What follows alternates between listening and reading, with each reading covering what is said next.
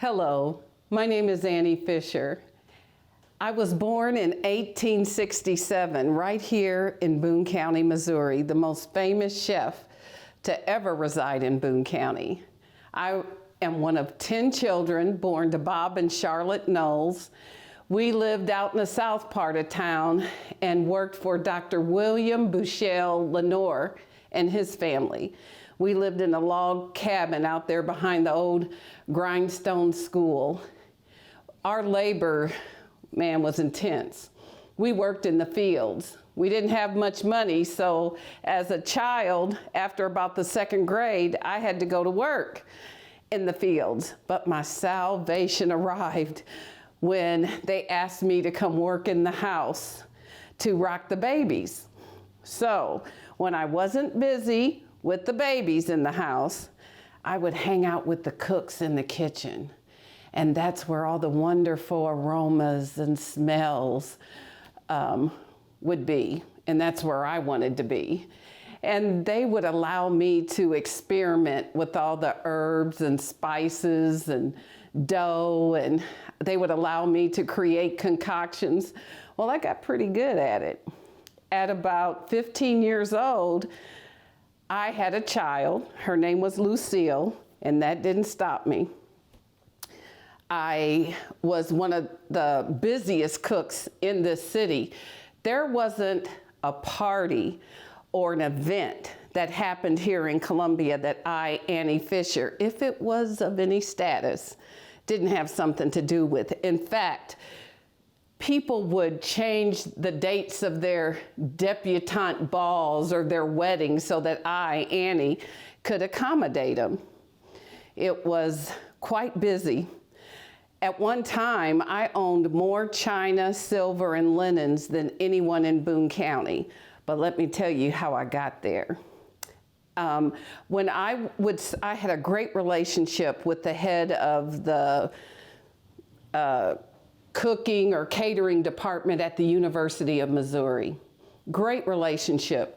Whenever I had a big event to cater, I could go borrow china and silver and linens from the university, and I rented them and they accommodated me, and we had a great relationship. Well, one day I booked the biggest party ever.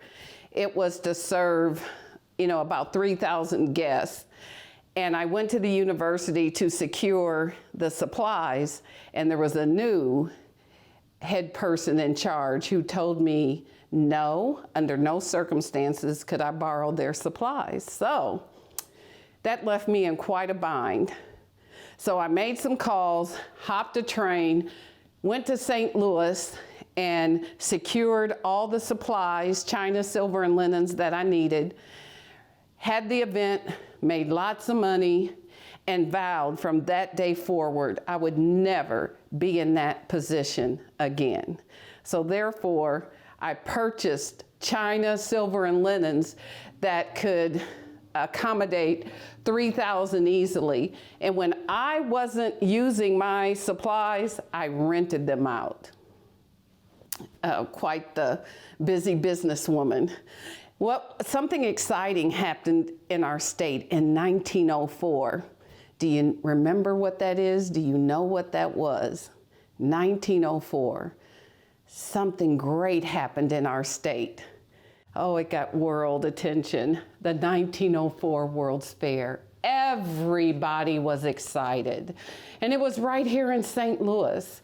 So all kinds of business people, vendors from near and far, including me, Annie Fisher, and my crew, we pitched a tent and we went to sell our country hams that I raised. I raised my own hogs, cured my own hams, and my famous beaten biscuits sandwiches. So we entered a recipe contest at the encouragement of many, and we took first place at the 1904 World's Fair in a recipe contest. And do you realize that the proceeds from that 1904 World's Fair built our Supreme Court building across from the Capitol in Jefferson City?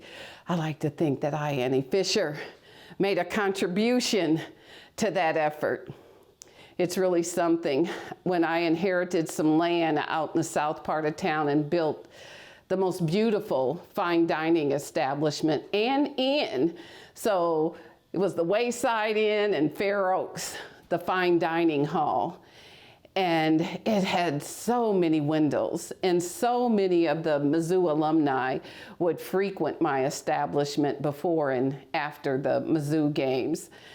What's really ironic is I owned the restaurant, but I couldn't serve my own people in the restaurant. They could work at Fair Oaks, but they would have to come to the kitchen door in the back to place their orders and pick up their food and leave.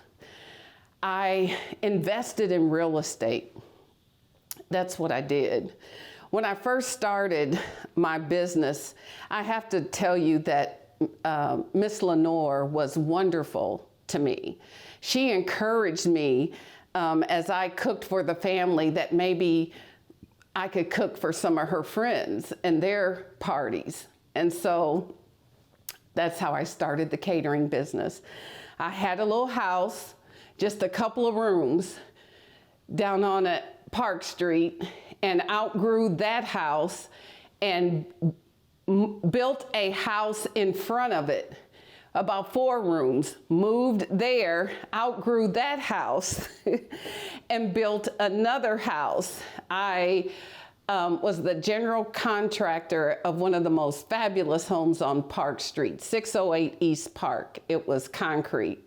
I brought in the architects, I was the general contractor. Now remember, I had nothing more than a 3rd grade education. How many of you boys and girls have more than a 3rd grade education? Almost all of you. Okay, I see. So what's your excuse? I grew to be very wealthy. Eventually, I owned 18 homes here in Columbia area. You know, in 1911, President Taft came to our state fair in Sedalia, and his hostess, Mrs. Walmesley, called me, Annie Fisher, to serve the president. I even mail ordered my biscuits to Wall Street. I never stopped. I would rise early in the morning with my daughter Lucille and a few others to help me, and we would use this graph, or what they call a beaten biscuit machine.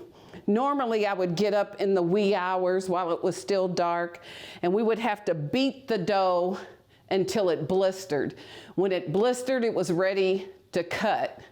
Well, this fine modern appliance called a graph, or better known as a beaten biscuit machine, this modern day appliance has just really revolutionized my biscuit making.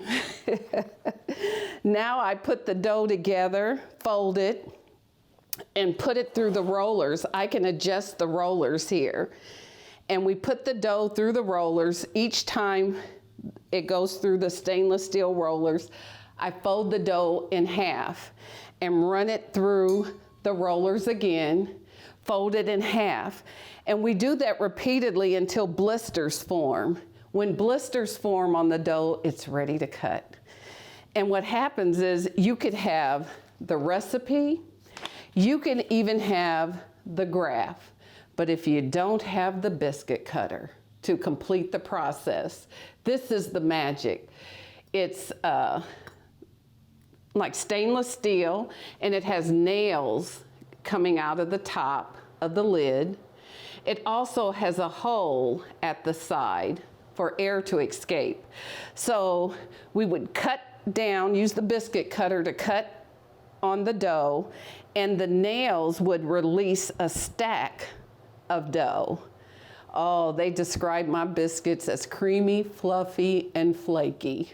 Yes, my world famous beaten biscuits. I was one of the most, lucrative landlords in this city. The early 1900s, a single black woman owning 18 homes, mail ordering biscuits to Wall Street, owning more china, silver, and linens than anyone in Boone County, served presidents with a beaten biscuit recipe. How can I encourage you today? I did it in a time when it was unheard of. Not only was I a female at the turn of the century as a businesswoman, but a Black woman at that. I capitalized on the perceptions of others. See, it's not what you call me, it's what I answer to. I'm Ms. Annie Fisher. Find your niche, find your passion, perfect it, and let the world know how great you are. Thank you.